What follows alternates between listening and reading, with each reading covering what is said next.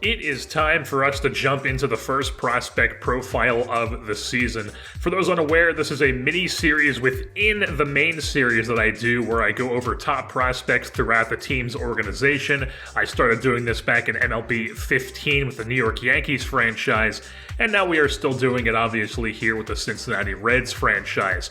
So the first one up on the docket for the Reds organization is third base / shortstop prospect Elly De La Cruz.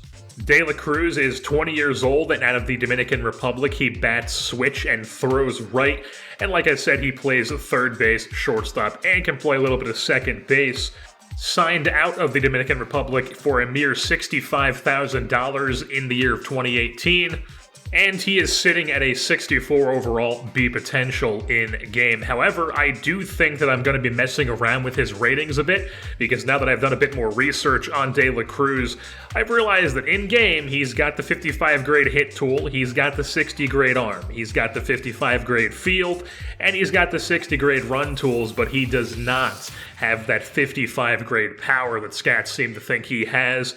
And the thing that's very interesting about Elly De La Cruz is that he went from basically a complete nobody in the Reds organization. I mean, he only signed for $65,000, which obviously is a life-changing amount of money for people to get in normal positions.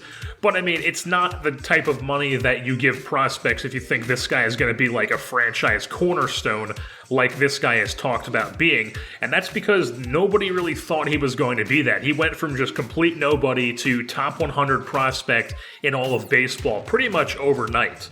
And a big part of him making that jump to being a top prospect is he showed a lot of power in the 2021 season, and something that's just not reflected in game here. So I'm sure I'm going to go back in and edit that a bit. I'm not going to give him 80 power right off the bat, but 31-38 power split is not something you would expect to see from a guy who has a 55 power tool. And I mean, with that power tool, scouts do think he has a real shot at being a 5-tool player in the big leagues, all while switch hitting. So that would just be an absolute dream come true for us as a team that's looking for...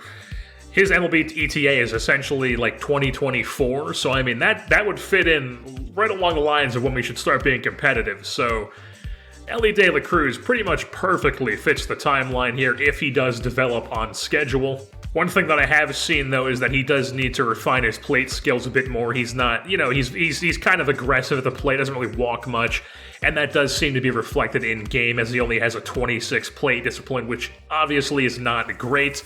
That will go up, though, as he develops. But, I mean, he's not going to be Joey Votto out there, working full counts and drawing a ton of walks every single season. And now, I don't want to go full old school scout here, but I did watch a highlight of him in spring training this year. Big league spring training. He was in big league spring training, and he had a grand slam. And let me just say, oh, baby, the sound the ball makes off his bat, it explodes. And I mean, you can't watch that clip and be like, oh, this guy's got no power. I mean, the guy's obviously got power. And as far as De La Cruz's future in the organization go, I mean, the ceiling is franchise cornerstone. I mean, why not? Obviously, though, it is hard for any player to reach that point. So I'd say the more reasonable expectations are that he is an everyday player in the lineup for us, 2-3 seasons from now. Definitely needs to develop that bat a little bit more, even with the contact, before he can really show off that tool in the big leagues. But the glove and the arm, that's already there, and it will continue to get better as he progresses. And right now in the organization, third base is pretty much wide open. I mean, we've got a few options at shortstop down in the minor leagues, probably like 2 or 3 of them already in the system who could possibly be, major league shortstops for us someday. So bit loaded there at shortstop, but third base, wide open. So if Elly De La Cruz wants that third base job, I mean, that's his for the taking. But if all the shortstop prospects we have go horribly wrong and none of them make it to the big leagues or none of them end up being any good, then obviously Elly can play there as well. Some scouts even think that he's got the athleticism to play center field, which would be, I mean, looking at his ratings, definitely a possibility. I don't think I would do that. Maybe, possibly, if we get in a situation down the line where maybe I sign a big-name third baseman, we don't have a center fielder yet or something. But, I mean, that's looking too far ahead and getting more complicated. And one thing you gotta love to see, according to MLB.com, they wrote, quote, his makeup, feel for the game, and passion while playing it all gave him the chance to maximize those tools, end quote. So, the guy just loves playing baseball. You always love to see guys like that. Fun guy to watch when he gets up in the big leagues. And we are just hoping Elly Cruz is going to be a potential star for us here in Cincinnati later on in this franchise. So with that being said, that's going to wrap things up here for this edition, the first edition of the Prospect Profile of the Cincinnati Reds franchise here on MLB The Show 22.